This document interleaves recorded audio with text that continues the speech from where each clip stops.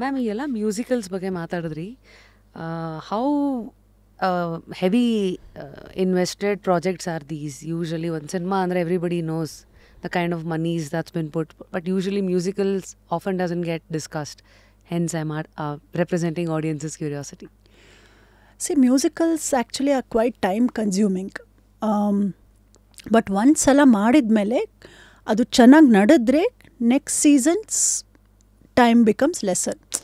So it's a long term idea ಇಟ್ಕೊಂಡು ಸ್ಟೇಜಿಗೆ ಹೋಗಬೇಕು. You know it is like a classic film on stage. ಮೊದಲ ಈಗ ಡ್ರಾಮಾ ಒಂದಿದ್ರೆ ಅದೊಂದು 400 ಶೋ 500 ಶೋ ಮಾಡ್ತೀವಿ, ಈ ಥರ ಸೇಮ್ ಅದೇ. ಬಟ್ ಇಲ್ಲಿ ಮ್ಯೂಸಿಕಲ್ ಸ್ಟಾರ್ಟಿಂಗಲ್ಲಿ ಹೆವಿ ಇರುತ್ತೆ, ಬಟ್ ಹೋಗ್ತಾ ಹೋಗ್ತಾ you recover the cost. It is the same thing in a glorified way, ಇನ್ನೇನು ಡಿಫ್ರೆನ್ಸ್ ಇಲ್ಲ. ಆ್ಯಂಡ್ ಈಗ ಮುಗ್ಲೆ ಆಜಮ್ಗೆ ನಾನು ಹೇಳ್ದಂಗೆ 2.5 months I was in Bombay.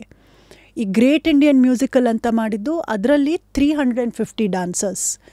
So ಅದಕ್ಕೆ ನಾನು 4 ತಿಂಗಳು ಇದ್ದೆ ಬಾಂಬೆಲಿ. You know, so to mount musical I would say 1.5-2 years planning ಇರುತ್ತೆ. ಆ್ಯಂಡ್ ಆ್ಯಕ್ಚುಲ್ ಫೀಲ್ಡ್ ವರ್ಕು ಒಂದು couple of months, of 2 to 4 months maybe, you know. So the project cost, can I just throw a random number saying 1 crore 2 crore ಅಥವಾ ಇನ್ನೂ heavy ಇರುತ್ತಾ ma'am?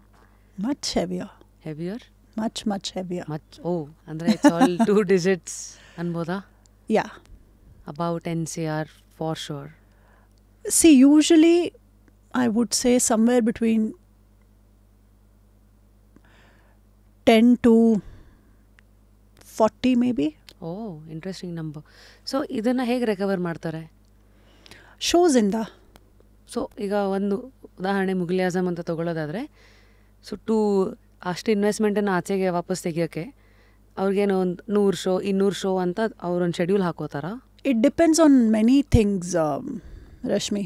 Of course, they have to recover through shows. But ಎಷ್ಟು ಸಲ promoters shows ಅಂತಿರುತ್ತೆ. So ಒಬ್ಬ ಪ್ರಮೋಟರು 50 show ತಗೋತಾನೆ.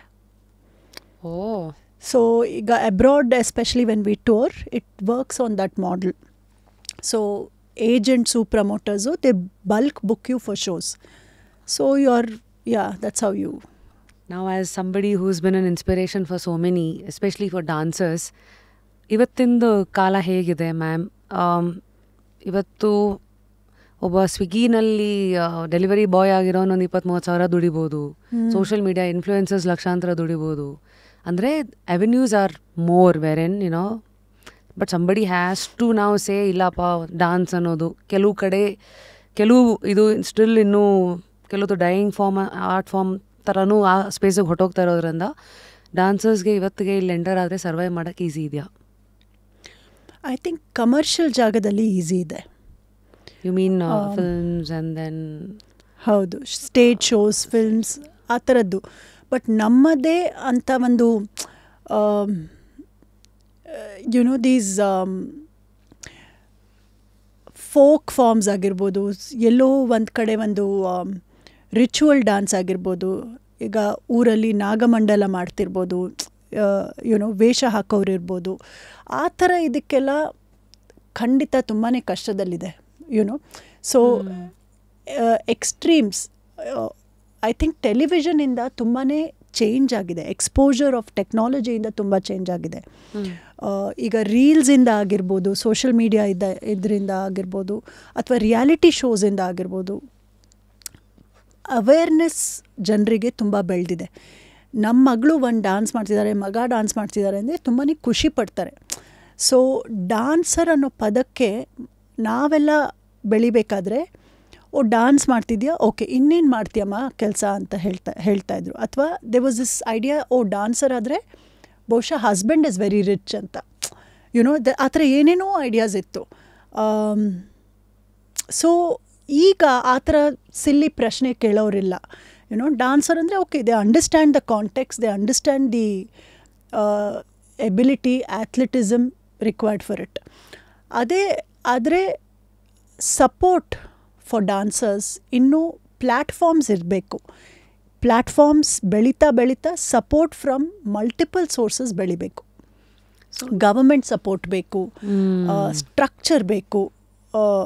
ಈಗ ನಾನು ಡಾನ್ಸರ್ ಆಗ್ತೀನಿ ಆಸೆ ಅಂತಿದ್ದೆ, ಆದರೆ ಹೆಂಗೆ ಅವೆನ್ಯೂಸು, ಈ ಹೆಜ್ಜೆ ಇದಾದಮೇಲೆ ಇಲ್ಲಿ ಈ ಹೆಜ್ಜೆಗೆ ಹೋಗಬೇಕು, ಈ ಹಂತಕ್ಕೆ ಹೋಗಬೇಕು, ಆ ಥರ ಒಂದು ಲೀನಿಯರ್ ಅಂಡರ್ಸ್ಟ್ಯಾಂಡಿಂಗ್ ಇಲ್ಲ. ಈಗ ಇಂಜಿನಿಯರಿಂಗ್ ಮಾಡಬೇಕು ಅಂದರೆ ನಮಗೆ ಹೆಂಗೆ ಹೋಗಬೇಕು ಗೊತ್ತು, ಆದರೆ ಡಾನ್ಸರ್ ಆಗಬೇಕು ಅಂದರೆ ಇನ್ಸ್ಟಿಟ್ಯೂಷನ್ಸ್ ಆಗಲಿ, ಆ ಇನ್ಸ್ಟಿಟ್ಯೂಷನಿಂದ ಬಂದ್ರೂ ನೆಕ್ಸ್ಟ್ ಎಲ್ಲಿ ಕೆಲಸ ಸಿಗುತ್ತೆ, ಆಲ್ ದೀಸ್ ಆರ್ ವೆರಿ ಗೊತ್ತಾಗಲ್ಲ. ನಾವೇ ಖುದ್ದಾಗಿ ಕಂಡು ಹಿಡ್ಕೋಬೇಕು. ಸೊ ಇವತ್ತು ಡಾನ್ಸರ್ ಆಗಿ ಬರೋರು ಏನು ಎಕ್ಸ್ಪೆಕ್ಟೇಷನ್ ಇಟ್ಕೊಂಡು ಬರ್ಬೇಕು ಹಂಗಿದ್ರೆ?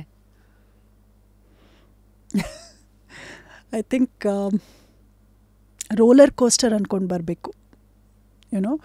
ಯಾವಾಗ ಮೇಲೆ ಯಾವಾಗ ಕೆಳಗೆ ಗೊತ್ತಿಲ್ಲ, but they should enjoy the ride.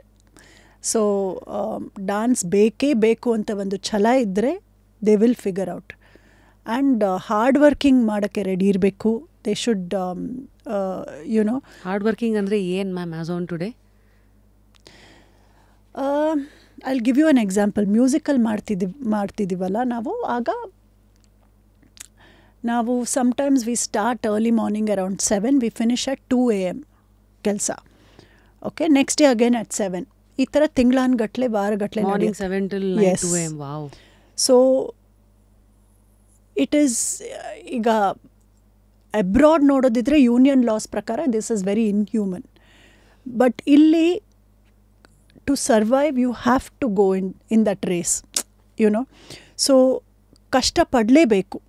And ಆ ಚಾನ್ಸ್ ಬಂದಾಗ ಅದನ್ನು ಬಿಟ್ಕೊಡ್ಬಾರ್ದು. ಸೊ ಅದು ಮುಗ್ದ ಮೇಲೆ ಅದಕ್ಕೆ ತಕ್ಕಂತೆ ಫಲನೂ ಬರುತ್ತೆ. So I am not saying every day you have to be like that, because body also needs rest, injuries ಆಗುತ್ತೆ, ಅದು ಇದು. ಬಟ್ ಸಮ್ ಟೈಮ್ಸ್ ತುಂಬಾ ಡಿಮಾಂಡಿಂಗ್ ಫೇಸಸ್ ಬರುತ್ತೆ ಡಾನ್ಸರ್ ಕರಿಯರಲ್ಲಿ, ಎಸ್ಪೆಷಲಿ ಭಾರತದಲ್ಲಿ. ಸೊ ಅದಕ್ಕೆ ರೆಡಿ ಇರಲೇಬೇಕು.